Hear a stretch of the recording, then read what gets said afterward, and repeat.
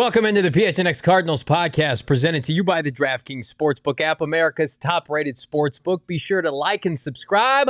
Leave us a 5-star wherever you get your podcasts. Happy holidays from Johnny Venerable and Bo Brock. And man, oh man, how about this shit sandwich for a coal under your Christmas tree?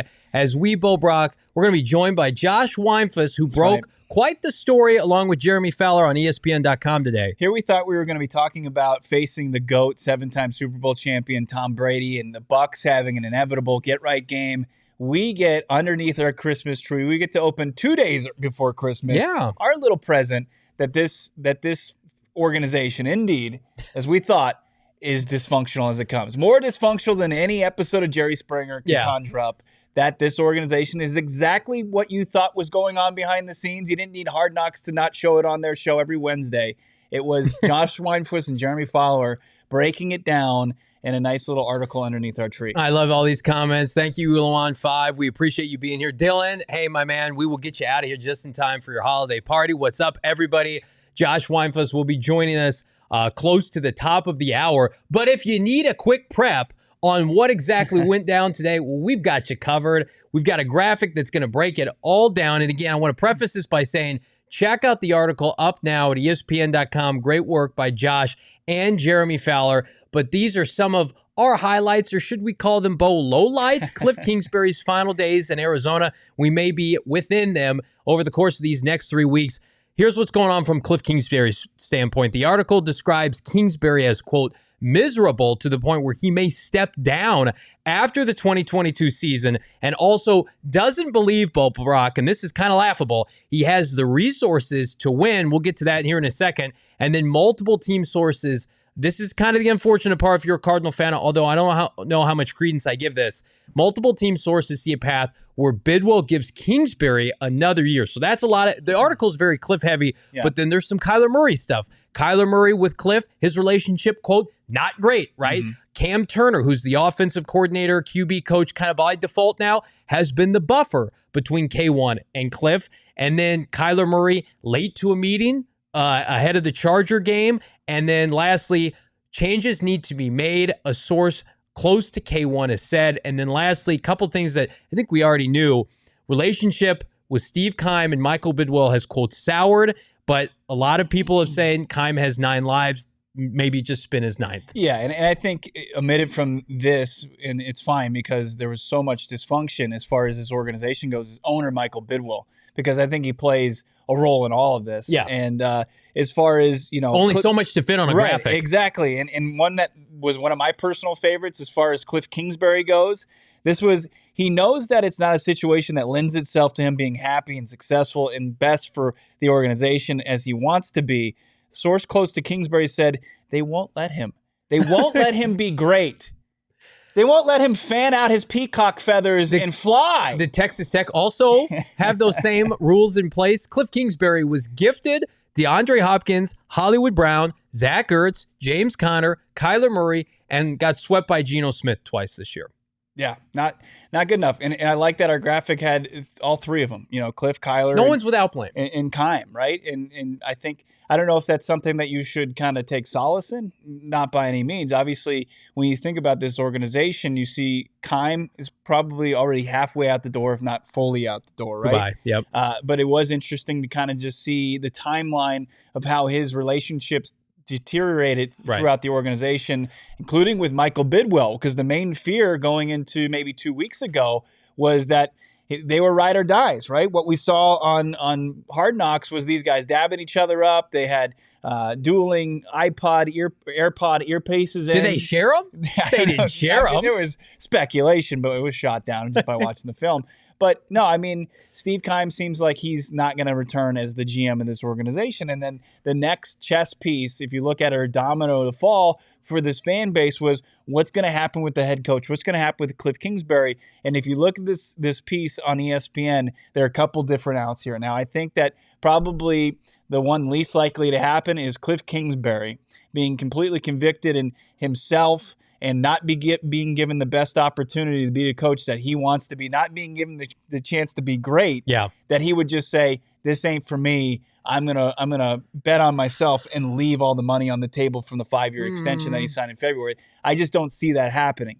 But as far as Michael Bidwill seeing this and seeing how this organization is being painted right now based off sources and facts coming out, that he has only one direction to go with it, and that's hitting the reset button for this team. I don't know how this article gets released and Kliff Kingsbury keeps his job, because it pits not only Kliff Kingsbury in a light where it's him versus the organization, but like Kliff Kingsbury's main job was to come here and elevate Kyler Murray and have a relationship with Kyler Murray. What would you say you do here if you don't do that? And people can be frustrated with Kyler Murray, and we're not going to gloss over the fact like K1 being late for meetings, inexcusable. We're not having that. But at the end of the day, great coaches elevate quarterbacks, and we haven't seen that from Kliff Kingsbury. And Kliff Kingsbury is easier to move off of than Kyler Murray, especially when you consider the fact that a lot of what the Cardinals had success with, it was mitigated by Kyler Murray. Kyler Murray went over a lot of the weaknesses of this team, of this roster, with Kliff Kingsbury in-house, in hand. And so I know that, like, toward the beginning, we're going to ask Josh about this, of the article. It did say, like, there's an avenue, there's a route for Kliff to stay, and they could just say injuries, whatever. And if you watched Hard Knocks this week, Vance and Kliff had a discussion like, yeah, this has just been out of our hands.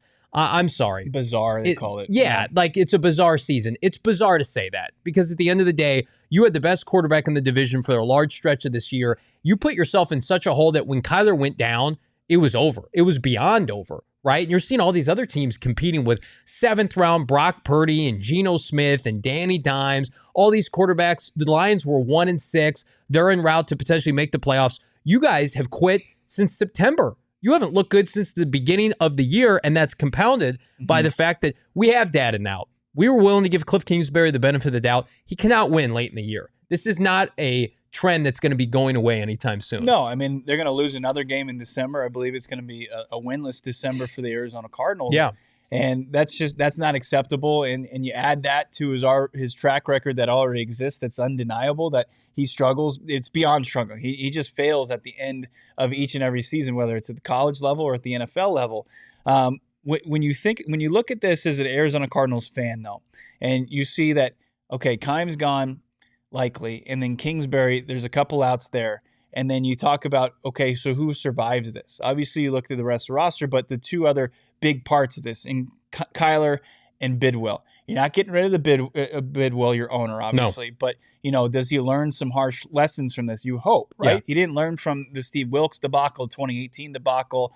And really, during his tenure, that's been kind of the only thing so far, right? Because he took over, the team saw some unprecedented success, a run to the Super Bowl. There was a failure with Wisenhunt and Graves, and then they pivot off of it and find more success than this organization has gotten since moving to Arizona. But now it's like, okay, you couple him with Kyler Murray. Those are the two pieces going forward. So let's look back at that graphic and Kyler's role back in this, because it's very concerning. I mean, as far as his relationship with Kliff, we know it's reportedly not good.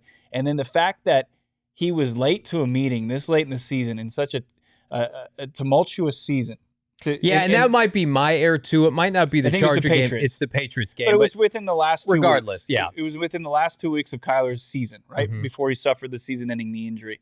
The fact that Kyler Murray it was able to just kind of get off scot-free. Like, there was nothing that was done to Kyler Murray. He was not held accountable. Well, it's in the article. I know. No, that's what I'm saying, is the fact that he's just able to operate as the quarterback of this team without having any ramifications for being late, for when this team is struggling, the worst it's ever struggled during his tenure. I mean, they won 5 games his rookie year. Yeah. They might not reach 5 games. This is the worst the Cardinals have looked with Kyler Murray, and he's won only 3 of the games. The fact that he's just going to come in and he's going to be late and he's going to be able to start is normal. Yeah. He starts the game. He starts against the Patriots. He only lasts 3 plays, unfortunately, due to the injury. But the fact that there was nothing that we don't know behind the scenes whether or not he was punished for this, but that's unacceptable. That's being a player's coach to a fault. Yeah, because at the end of the day, there are a lot of young quarterbacks that come into this league that are immature, but they get a Bill Cowher if you're Ben Roethlisberger and then a Mike Tomlin. What was Kyler Murray gifted? I mean, to a fault, his buddy. Yeah. Kliff Kingsbury, who did make a pitch for him, And Kyler, again, we're going to have an entire offseason to talk about Kyler Murray and the growth that he needs to make and the maturity that people need to see. And then we're going to make a decision on Kyler Murray, depending on how he handles this. But right now, in the short term, Kyler Murray's not going anywhere. Right. Kyler Murray runs this franchise next to Michael Bidwill. They gave him generational wealth. And if they didn't believe that Kyler Murray was equipped to handle this, then they shouldn't have paid him. But they did. They also paid Kliff Kingsbury when they didn't need to. They paid Steve Keim when they didn't need to. And now this year has been a compound of the end of last year, even more so to the fact that these bad habits, these traits, this trickle-down effect, all the noise in the offseason. Yeah. Our guy Kyle Odegaard, friend of the show, put out a report that now seems very plausible. We didn't doubt it, that Keim and Bidwill and Kingsbury got into it after the LA Rams postseason loss last year. Everybody tried to throw water on that. That's the norm now with this team, right? And so to me, Michael Bidwill has one choice and one choice only. And we talked about it on the Tailgate show earlier this week, is basically you got to clean house. You got to pull up the studs. You got to rip it out. You got to start anew to get to the point where somebody can come in and have a clean slate, GM, head coach, etc. Because if you don't, if you leave any of these lingering pieces left over, number one, you're not going to get quality candidates. And number two, whatever this is going to continue to fester. And if Michael Bidwill hopefully has self-awareness, he can say, I've been part of the problem. I let my buddy run the show for far too long, and Steve Keim, and then we did not do our due diligence with Kliff Kingsbury to the point where he's under 500 coach at Texas Tech, under 500 coach in the NFL. Yeah, let's get to the comments here because we are your Cardinals community. It's not for casuals around here, people who follow this team on a daily basis. Let's take a look at some of them as far as what's Jose saying about Kyler. Without a solid offensive line was your first problem, finding no depth at the center position. That's your main downfall. Timing of snaps, that's something that threw everything off. Sure, the offensive line, it's mentioned in the article as far as Kliff's inability to run his offense with basically not having any of his starting offensive linemen. Kelvin Beachum so far has been your only guy that started every game at the right tackle position. We'll see what happens on Sunday. He's questionable coming up here, but there's nothing there. And as far as he just is miserable as far as his inability, like, to me, that just points to a guy that can't adjust. He can't, like, every coach deals with injuries. Like, sure, it's as far as being down 4 of your 5 offensive linemen, it's not great, but make an adjustment. Well, just the excuse making coming from Kingsbury's camp. And when we talk to Josh Weinfuss, it feels like a lot of the folks that they talk to are very pro-Kliff, and that's fine. But at the end of the day, like, the great coaches don't need to make excuses. The great coaches don't need outside noise to motivate them. Be motivated to win games. It's not always, it's the NFL. Guys get hurt. Guys are overpaid. Guys no-show. You got to be able to handle it and mitigate it. That's what, like, we were so spoiled with Bruce Arians once upon a time, having winning seasons, a winning record with somebody like Drew Stanton, taking a team of misfits in 2013, winning 10 games in the ultra-competitive NFC West. And then for Kliff Kingsbury to have this be reported that, like, I can't fulfill what I need to because there's just the resources aren't good enough. Yeah. I'm sorry. That's like 2/3 of the NFL. Sure. Was it LVL 7 to play devil's advocate? Kyler got injured in the most important stretch of the season. We were 1 game behind in the division. Look, the division was up for grabs the entire season long. And until the 49ers, which happened within the last, 4 weeks, really took grasp of it because of the down Rams, because the Seahawks coming back to earth, and because of the collapse of the Arizona Cardinals, the continued collapse. Like, Kyler Murray was 3-7 as the starter. You went 0-4 in the division. Like, you're not a division contender. You got your ass kicked by the Niners, embarrassing fashion in Mexico City, and you got swept with Kyler Murray against Geno Smith, and we talked about it ad nauseum. The Seattle Seahawks are fraudulent now. They're coming back down to earth. They're an under 500 team if they don't sweep the Cardinals. Like, 2 of their biggest wins this year are against the Cardinals. Yeah, no, I don't disagree with that. Tim S. saying fans need to be realistic. Peyton will not work for Bidwill. OCs and college head coaches are the head coaching pool. I tend to disagree with that, and it's something we covered a couple times already this week. As far as Sean Payton, if he wants to coach again, his best option, despite the dysfunction, is going to be the Arizona Cardinals. I mean, you talk about the Cardinals' dysfunction pitted up against Houston, what their roster looks like. As far as the criteria that Payton has outlined through several reports, is he wants to be close to California and Los Angeles, and those 2 jobs don't look like they're going to be vacated anytime soon. Nope. And then you can connect the dots with Dallas just because of his resume, obviously, coach being the OC there. it doesn't seem like Mike McCarthy's going to go anywhere. He's headed to the playoffs as well. So he's not going to Charlotte, not going to Houston. He's not going to Indianapolis. We don't think he's going to Denver. Right. So I think that the Arizona Cardinals, if he wants to coach in 2023, the Cardinals are his best option.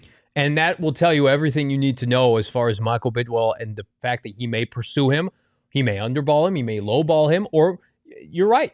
Sean Payton could easily say, I'm going to sit out another year. I don't want the Cardinals job. And man, oh man, would that be an indictment of this franchise? But you can bet on this franchise. You can have a good time with this franchise ahead of Christmas Day. Bucs at Cardinals on the DraftKings Sportsbook app. The line right now, -7.5. I know our guy Shane Diefenbach, there are people that are teasing it up. We'll wait and see, although Trace McSorley, his props, not very complimentary, but I'm complimenting DraftKings. Fantastic. The best gambling app that you can get. No doubt about it. All you got to do is download the DraftKings Sportsbook app. Use that promo code PHNX. Place a $5 bet on any NFL team to win their game. Get $150 in free bets if they do. Listen, I'm not telling you to put $5 money line on Tampa, but it does feel like those are pretty good odds if you've never used DraftKings before. But you got to use the promo code PHNX only at DraftKings Sportsbook. Minimum age and eligibility restrictions apply. See show notes for details. My DraftKings Bull Brock pick of the week. I'm staying away from cards. I've got too much respect for the Cardinals. I'm not going to pick against them. Picking Tampa money line, but I'm going to go Detroit -2.5 at our buddy Steve Wilkes and the Carolina Panthers. The Lions are a freight train from hell. They're unlike the Cardinals. They're all in with their GM and head coach, regardless of their talent. Jared Goff and company. I like them to go into Charlotte, pick up a dub, and go over 500 after being, by the way, 1-6. That's the difference between the Lions and the Cardinals. Cardinals continue to flounder. Lions found a way to win. A starved fan base, just like the Arizona Cardinals, Detroit. They've earned it, more than earned it, and it's good to see them have a good team this season. More good stuff. Join us at the inaugural PHNX Tea Party. It's going down January 13th. It's presented by Four Peaks. I'm enjoying some Four Peaks. The Wow Light right now. It's perfect for somebody that's gearing up. Not putting too many calories in the temple right now as I'm going to stuff my face over the holidays. So the Wow Wheat is perfect. It's the light one. And you've got, if you want the pumpkin porter, it's still available. If you want the flagship, you got the kilt lifter. It's all going to be there at the PHNX Tea Party presented by Four Peaks. We got the PHNX Suns watch party. They're under new ownership. There's new, reinvigorated by that. They've got a championship contending team. You got food, drink, merch, contest, prizes. It's all going down Friday, January 13th at 5:30. Get your spot today. $45 per person. You could save some money on that if you're a diehard. $160 per foursome. And kids 10 and under, Johnny, you're a family man. I'm a family man. We're getting our kids in for free. If it's free, it's for me, and it's for you guys. The PHNX Tea Party. We're looking for deals on deals. You get them on DraftKings. You get them with us with Four Peaks. You got to love it. Do you love this franchise right now? Your patience is being tested as we await Josh Weinfuss, and we continue to dive into this story on ESPN, the culture of the Arizona Cardinals. I thought an interesting point was the fact that Kliff Kingsbury himself wanted to fire Sean Kugler much earlier than the incident in Mexico City, not for off-the-field concerns, but the fact that basically wasn't vibing with what Kliff was doing. And Michael Bidwill stepped in and said, no, we don't want to pay out his money and just fire him outright. Yeah. And then the whole incident goes down in Mexico City where they fire him presumably with cause, and now they don't have to pay him, and he's trying to get his money back. It's a disaster. Right. It just compounded on itself. It just kind of, the floor beneath Bidwill's feet and Kliff and Keim, it's kind of like falling out from under him.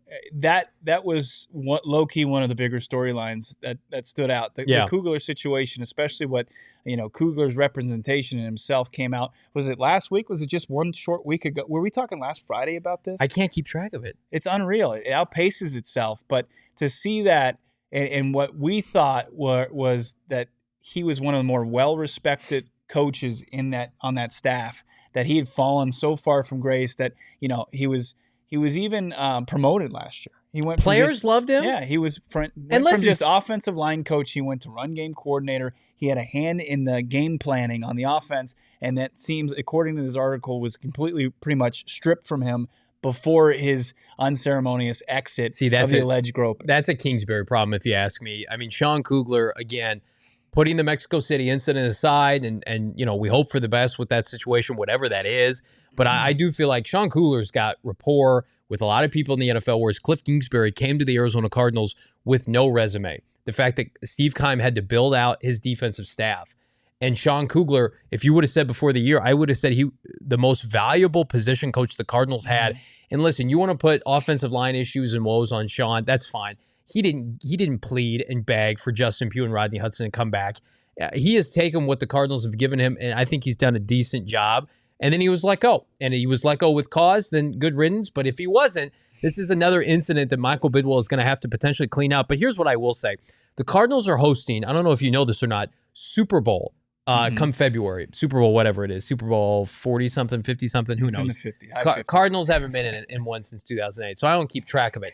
But Michael Bidwill and the Arizona Cardinal franchise and State Farm Stadium, they get a fat check for that, for hosting, and they bring a lot of business to local businesses. They bring a lot of revenue, I should say. That's great. But I would say Michael Bidwill, with the cut that you're going to get, it's just like if you get a surplus, unexpected surplus, and you got some debt to pay off. Pay off your debt. Move forward with a clean slate. Michael Bidwill, take your Super Bowl check and pay off everybody, right? Pay off Kliff Kingsbury, pay off Steve Keim, make everybody whole, start anew, and then take the rest of those funds and reinvest in, I don't know, in a Super Bowl winning head coach in Sean Payton or Jim Harbaugh, for instance. Is Bidwill going to Roger Goodell and asking, like Michael Scott to Oscar what a surplus is? Explain it to me like I'm a 5-year-old. You have a lemonade stand. Costs you, your parents give you $10. It costs I you hope you don't run into Michael at the Cards facility. Well, no, I mean, I think Bidwill, he probably knows what it means, but I think that's a great point. It absolutely is a great point to pretty much get yourself back to neutral. This isn't the Vegas Raiders, not poor. And the Cardinals have to. It's hilarious that I'm even saying this or suggesting this, but after what happened in Mexico City, you know, an international game, as the league tries to grow this game internationally, and they give the Cardinals this stage, right? Yeah. And it's a primetime game on Monday night against one of the heritage teams and the 49ers.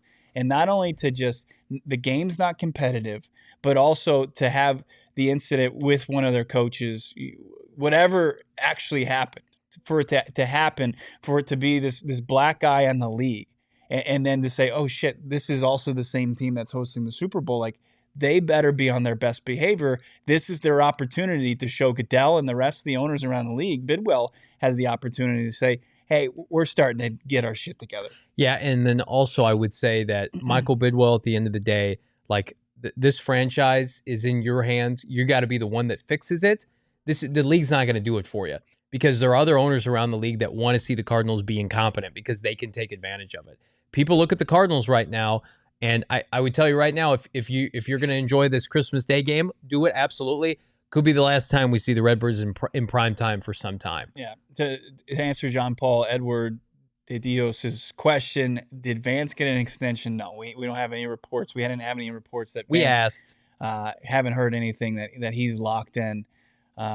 Sean saying the most dysfunctional team award goes to. It was runaway, right? I mean, to the 2022 Arizona Cardinals. I don't think there's any question about that. No, and as we await Josh Weinfuss, there's no question that you should pivot off of year-long fantasy. Dabble with the Underdog Fantasy app.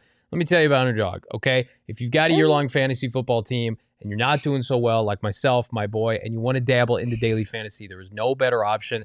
Talk about Underdog Fantasy. Talk about receiving a deposit match up to $100. It's fantastic. You can dabble on NFL, NFL playoffs, NBA. Speaking of the NBA, you can draft with up to 5 of your buddies, 6 NBA players, no positional limits, and that is it. You can go highers, lowers, like Devin Booker. I'm a little bit on the Brooklyn Nets right now. They're making me some money on the Underdog Fantasy app. What can it do for you? Well, it's simple. Go to the Underdog Fantasy app or go to UnderdogFantasy.com. Sign up with promo code, you guessed it, PHNX. Underdog is going to match your first deposit up to $100. So you put in $100, boom, $100 free bucks for you to gamble with via Underdog Fantasy. Get in on the action today, Bo. I'm going into the holiday season a little bit more confident because our pad looks great as we host family, friends, Christmas Eve and Christmas in our living room, our dining room. It's looking great. All thanks to our friends over at More Furniture. Also, just look at this set right now. I mean, you see these comfy chairs.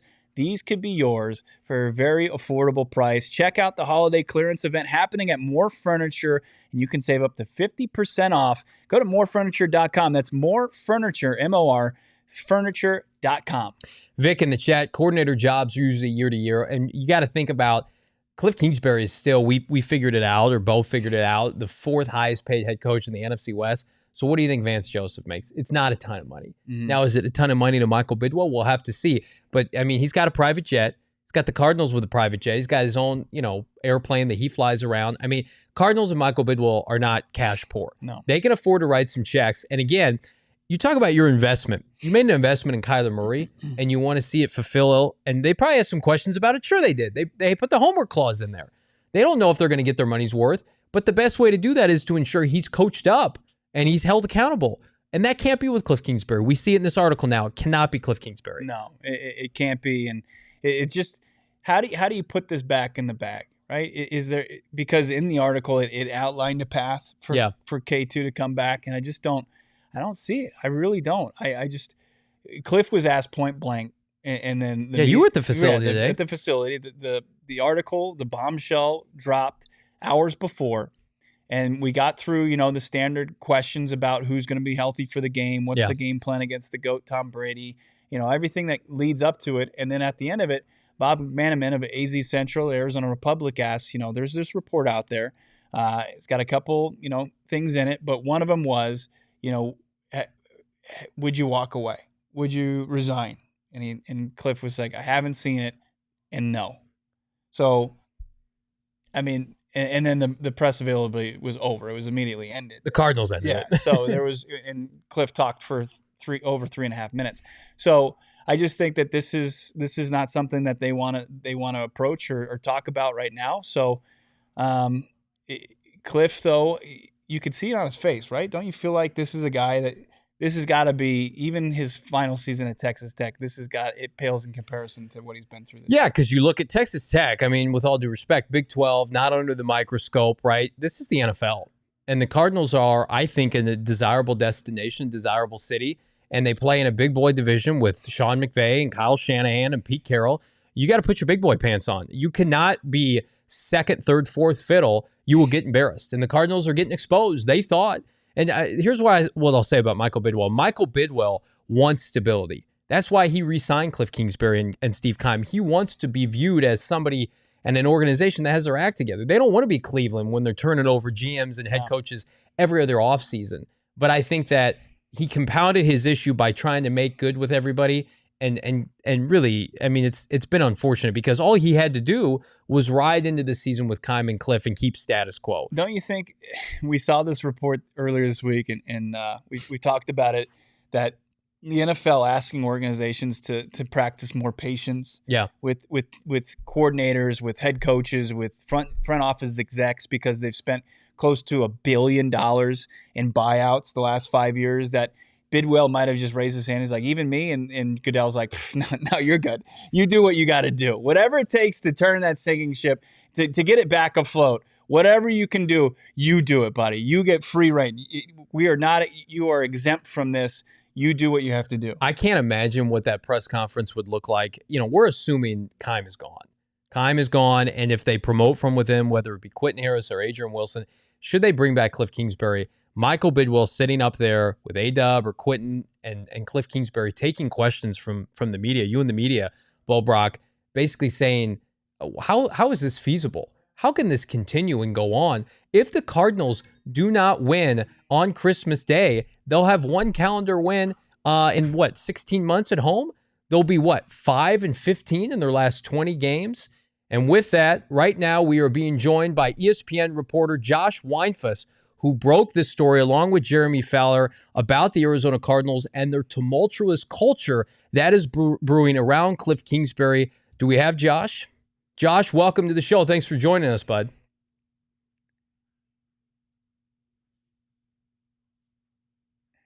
We're working out some audio here. Josh, can you hear us? I think he's got us. We don't have his audio going here. We'll work that out here in a minute here. Get to some of these comments here. Jose saying, article says a lot of things. Look at DeAndre Ayton, Mikal Bridges' disagreement. Media makes it sound like bad blood when in actuality, it's only brothers trying to get perfect before the playoff run. I would agree if they were the Suns and they had the Suns track record, but unfortunately they do not. Yeah, I mean, I think it's apples and oranges. And I think it's what's been speculated the last, over a calendar year, dating back to the collapse last year to just a tumultuous entire season. Yeah. It validates a lot of what people thought and speculated was going on behind the scenes of the organization.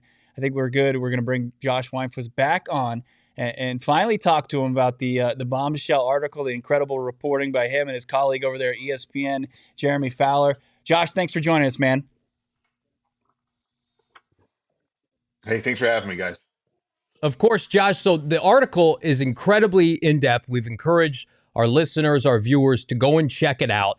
This is something that looks like has been in the works for some time. How long have you and Jeremy been putting this together? Because it dates back to even November and beforehand, and it just goes to show this has been festering and brewing within this Cardinals organization well before Kyler Murray got hurt. Yeah, we've been working on this. I was thinking about that earlier. Probably at least a month, if not a little bit longer than that. We've actually heard grumbling for a while. Reporting on it really started kind of probably January, but that was kind of starting to gather some stuff. But we really started to work on this in earnest, I'd say, the last 4 or 5 weeks. And I mean, did the story kind of what you anticipated seeing and hearing, did it evolve into something completely different, or did it kind of turn into something you expected? So it kept evolving. Especially evolved a lot in the last 2 weeks when Kyler went down, and then when Steve Keim took his leave of absence, it really kind of started to get reshaped multiple times during all of that. And the end result was kind of what we read today. But it was, from inception to now was not the same idea. And I think at some point maybe all that reporting will come out. I'm not sure, but this is not what we had. Well, I don't want to say that. This is part of what we had initially anticipated writing. It just the form of it and the shape of it definitely had changed over the course of the reporting. How would you classify Kliff Kingsbury and Kyler Murray's relationship today? Because the big reason why Kliff Kingsbury was brought in and Kyler Murray was the relationship together and to elevate Kyler Murray. And now you figure Kyler is facing a lengthy rehab. We haven't heard a public statement since he tore his ACL. Then you've got Kliff Kingsbury sitting here, and the article beautifully outlines the fact that their relationship has basically gone by the wayside, that they had a buffer, as you guys referred to it, via Cam Turner, the offensive coordinator, quarterback coach. How does that relationship go on, at least for the next couple of weeks before Michael Bidwill has to make a decision? And what do you perceive the relationship like here today? Yeah, so I think as of now, it's better than it has been, right? They had that meeting before the Chargers game, which we talked about in the story, and that kind of got them through some things. But I think generally I would classify it as icy, right? These guys went a large portion of this season not really talking a ton. Sure, they had to interact. Obviously, you're coaching quarterback; you can't completely ignore each other. But as we also kind of explained, their personalities aren't the best for communicating with each other. And we really saw that over the course of this year, dating back to even last year. I had people tell me that they felt like Kyler's best game of last season was in Cleveland when Kliff Kingsbury was home with COVID. So that relationship really has, it's strained, started to get strained last year. It got icy this year. They're a little bit more, if you want to stay on that track, kind of a little bit defrosted, if you will. But they're a little bit better now. But going forward, I don't know. I mean, there's some things in that story that I don't know how a lot of people in that building are going to take, especially the Kyler Kliff relationship. But like you pointed out, he was hired to be the next iteration of Sean McVay to get this Cardinals offense kick-started like the Rams were the year before. And it's happened to a point, right? But I just don't know, after kind of reading what people have been saying, if that will take the next step. And I won't be surprised if Kliff Kingsbury's back next year. I won't be surprised if Steve Keim is back in some way, shape, or form. I just don't know how everyone's going to coexist, especially Kyler and Kliff going forward. The most public display of that relationship kind of not working was on Thursday Night Football. And you were there when DeAndre Hopkins hilariously said it's like a marriage, right? He said, "I'm not married, but I imagine that's how a marriage is." But just what I'm reading from you and Jeremy's reporting is this isn't just because the honeymoon phase is over, right? I mean, the 4th year of this relationship, do you see any way that they could salvage it? Because you said you can see a future with Kliff Kingsbury remaining as head coach? I mean, we're going to keep on the marriage theme. I mean, some sort of therapy is going to be Yeah, needed, right? Like, sure. you It's know, this learning is how to a communicate, right? marriage. It is. I mean, they've been together or dating, whatever you want to call it, since 2012-ish when Kliff started to recruit Kyler as a 15-year-old at in Texas. And uh, you go through, I mean, I would classify it like this. Let's use this analogy. They were long distance for a while, and then once they started to kind of date in the same place, they kind of realized, hey, maybe this doesn't work out as well as we think it was going to. You know, like some, and that happens in real relationships, and maybe this will happen now. But I just, it's going to be very, I think, hard for. They're gonna have to face some crucial um realizations with each other. I think to get past everything that's happened this year, and I mean, some of the stuff in this story, I don't think it's going to sit well with either guy, but they're going to have to figure out a way to coexist on the field. I don't necessarily think they need to coexist off the field, but they need to figure out a way to be the coach quarterback tandem, if they are that in 2023, that could put all their differences aside and get this team back to the playoffs and get this offense humming like it had been in the first part of 21. But that's also not on both of those, just on both of those. They need to upgrade this roster as an organization. Kliff, I think, needs more say in signing kind of some of the coaches he's hiring, and wants to fire stuff like that. So it's not just the Kliff and Kyler dynamic that needs to improve. There's a lot going on in that organization that needs to improve. And with Michael Bidwill as the owner, I just don't know if that's going to ever happen.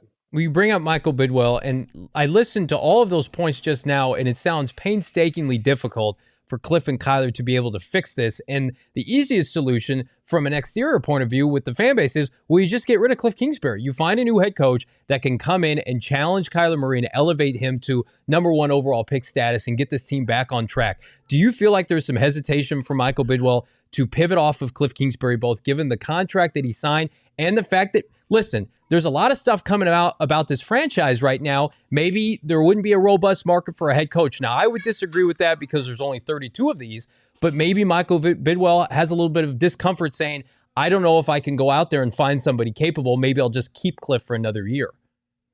I think that's kind of the common thought process. Is like, hey, there's 32 jobs. Somebody's going to take it, right? Somebody wants to be an NFL head coach. Who that somebody is, I think, is going to be the big question. Like, is Sean Payton, going to want to come to Arizona? Probably not. I mean, like, if he's hearing everything if he reads our piece, obviously, but I'm sure he's heard everything that's been going on in this organization for years. Like, do coaches want to step into that step into that building? Is really what it comes down to. What was the first part of the question again? Well, why wouldn't you just clean up and start from scratch outside of Kyler Murray because of his contract? It seems easy externally. 1 home win in 14 months, 5-14 in the last 19. I don't know, other than embarrassment and not finding somebody else capable, why you would keep both Kliff and Keim. So you touched on something earlier about having to pay him his contract. I don't think owners care about that stuff as much anymore than they did maybe 5 years ago, because with the increased TV revenue, teams are just so flush with money now that paying a guy 30, 35, 40 million, whatever the deal is, to walk away doesn't make guys pause anymore, right? To your second question about why not clean house, I think that there is a faction in that building that would like to see that done. I think that starting from scratch would be something that I think a lot of people would be in favor of. But to do that, you would need to literally wipe out the scouting department. You would need to let the new GM, whoever that is, come in and hire their own guys. Now, one thing that I think Michael Bidwill is known for is promoting internally. He has not had an external GM since 1994, when his father hired Buddy Ryan to be the head coach and GM.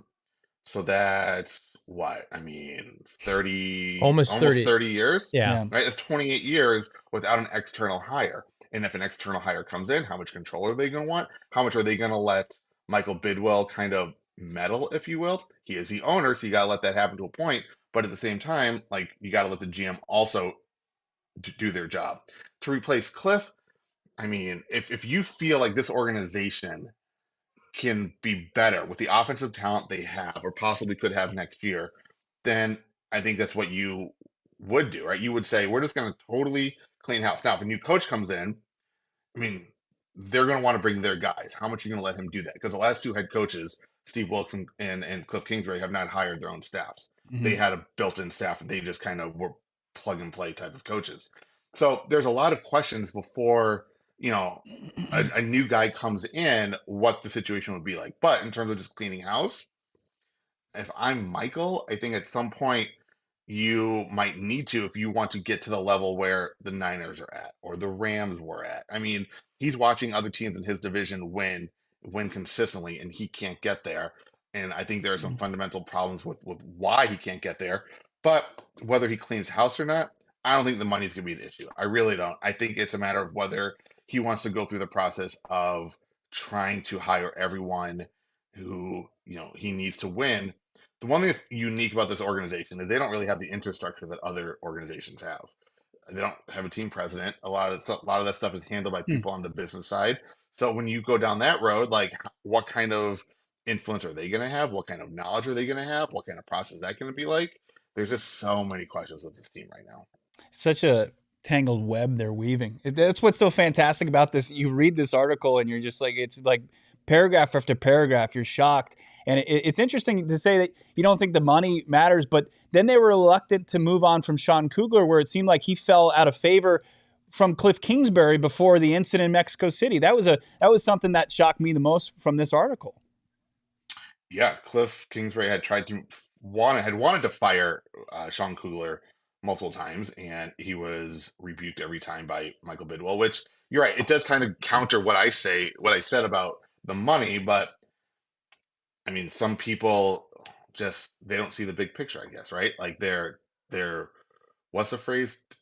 Dollar smart, penny wise, dollars, whatever it is, Yeah. and like I think Michael sometimes, he wouldn't mind paying it to replace his head coach, but he's not willing to pay a buyout, minimal buyout at that compared to what he'd pay Kingsbury for a Yeah. position coach. It doesn't make sense on the surface. You mentioned at the bottom of the article something I think a lot of Cardinal fans have been waiting to hear, that number one, Steve Keim does have 9 lives, and we do hope he's well and getting well with his health concern. But quote that Bidwill and Keim's relationship has soured over this past year. Can you elaborate on that?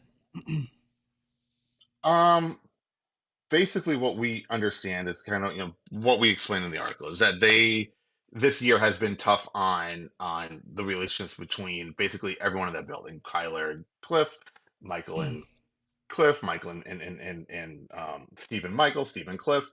I think Michael or Steve not being in the building as often as he has in the past, I think that made it tough. Michael shot down some asks from both Cliff and from Steve Keim.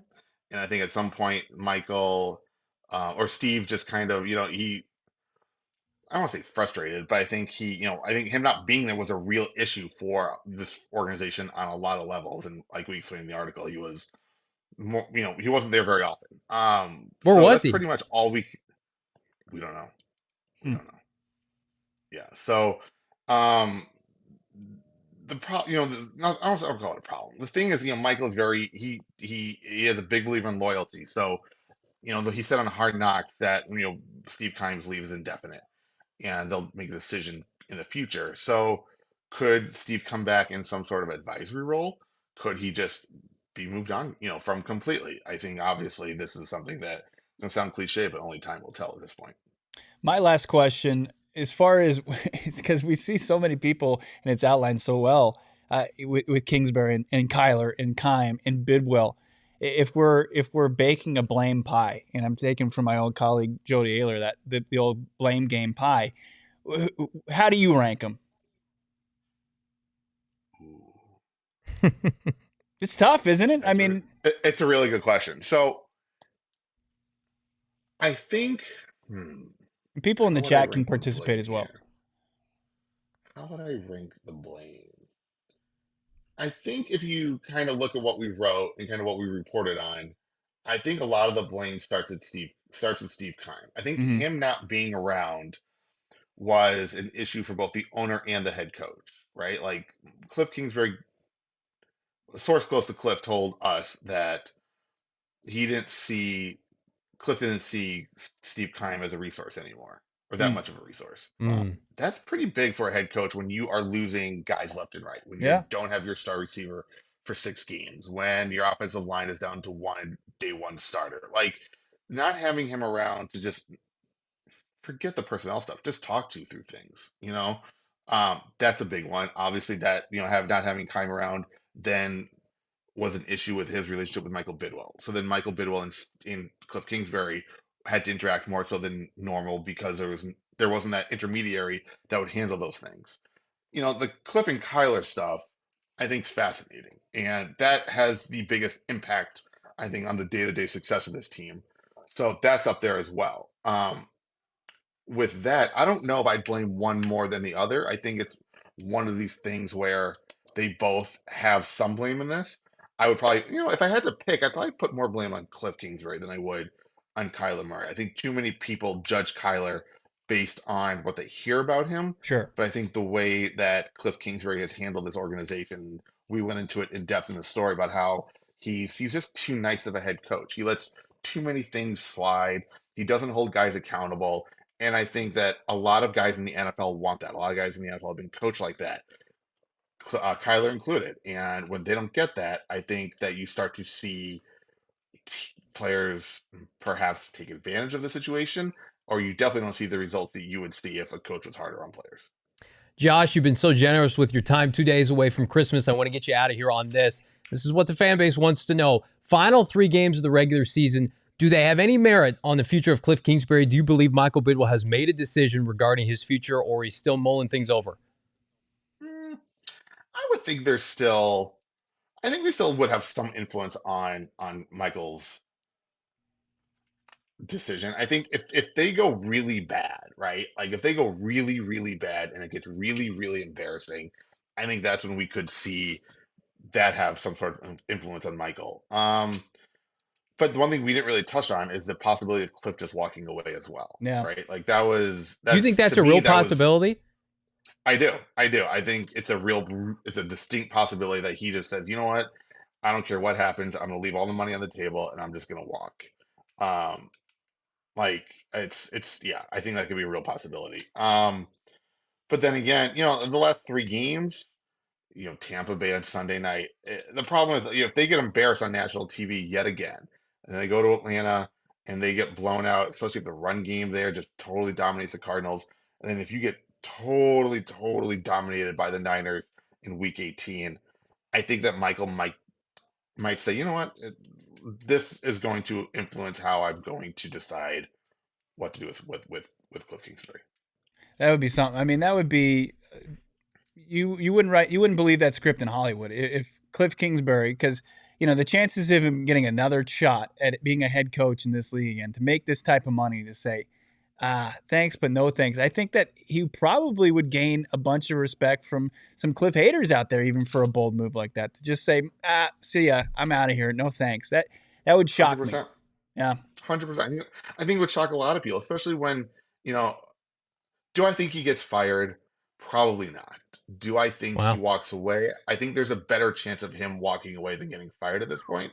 Wow. Um, so I think the third option would be him staying, right? And I think, and I had said this kind of privately to some friends, um, when all the injuries really started to pile up. I said they're going to bring him back and use the excuse of we want to see what he does with a healthy DeAndre Yeah. Hopkins and a healthy Kyler Murray for a whole season. But I think where that changes is you don't know if you're going to have DeAndre Hopkins next year, right? He's a huge cap number in 23. He's kind of expendable if they don't want to restructure. And then is Kyler going to be back week 1, right? So like uh, do you bring Kliff back, and if things continue down the path they're on now, do you fire him by week 5, week 6? Like at what point do you say we need to start over? And Yeah. if you do bring him back, like there's just so many unknowns. There's just so many questions. Um, and I think that Michael will probably take a long look at how the season played out and how a lot of it wasn't Kliff's fault when every major starter or every major playmaker on this offense miss time or is out, like head coach can't control that. But at the same time, like that's more on Steve, like not having the proper personnel to contribute. The one thing that you cover this league long enough, you understand starters are starters for a reason, backups are backups for a reason. So at some point, I think that you need to take a long look at the GM for not giving Kliff the pieces he needs to win on a long term basis. Josh Weinfuss, ESPN.com. Fantastic article. Check it out right now with Jeremy Fowler. Josh, first time on the show. Hopefully not the last. Merry Christmas. Thanks so much for joining us. Happy Hanukkah, Josh. Yeah. It's the 6th night of the 8 crazy nights of Hanukkah. Bo. Enjoy, Josh. Thanks for joining us, man. Happy holidays, guys. Thank you. Just bringing the heat there on a Friday. He did. Like, I mean, and Josh did us a great favor there by kind of revealing some things that weren't in the article. And it's pretty shocking. The Kugler stuff is crazy. The fact that he feels like there's more of a chance that Kliff could walk away from the millions instead of him getting fired. That's pretty wild.